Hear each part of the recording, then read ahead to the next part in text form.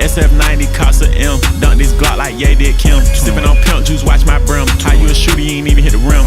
Alright, so there's been a lot of things going on ever since the year started. I mean, there's a new COVID variant out, McDonald's is selling spaghetti, and Taco Bell is selling wings, which is something I did not see on my bingo card. Disgusting! But with all of this commotion and confusing foods comes a new album from Gunna with his latest project DS4EVER, being the latest installment in the Drip Season series. This project is something I wouldn't say is a step up from his previous album Wanna, but at the same time it has some hits to make it special in its own right.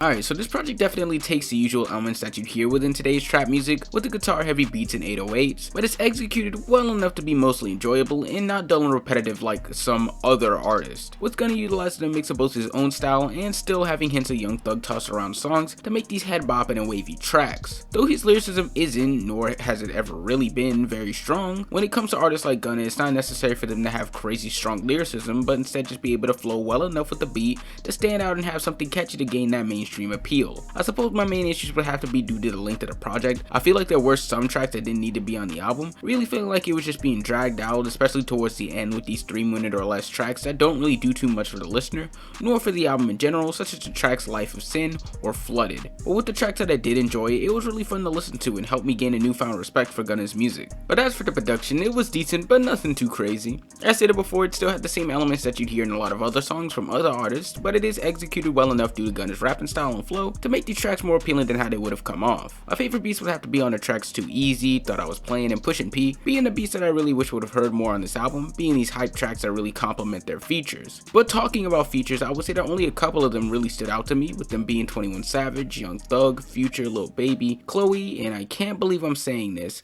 but Kodak Black as well.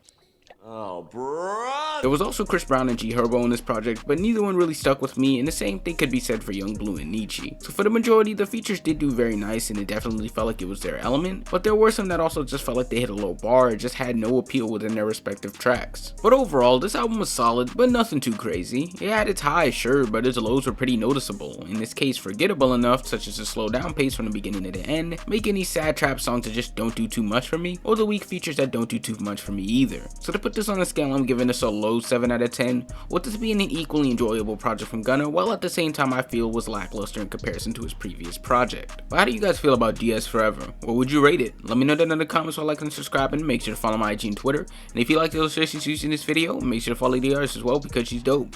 And oh yeah, make sure to follow my second channel for me outside of music. And on that note, I'll see you on Friday for another album review. Peace. Bro, you're trash, bro. Is them tears, bro? Come on, bro. You gotta get you together, boy. Them, oh, the interception. I wasn't even playing. I was wiping your tears off, bro.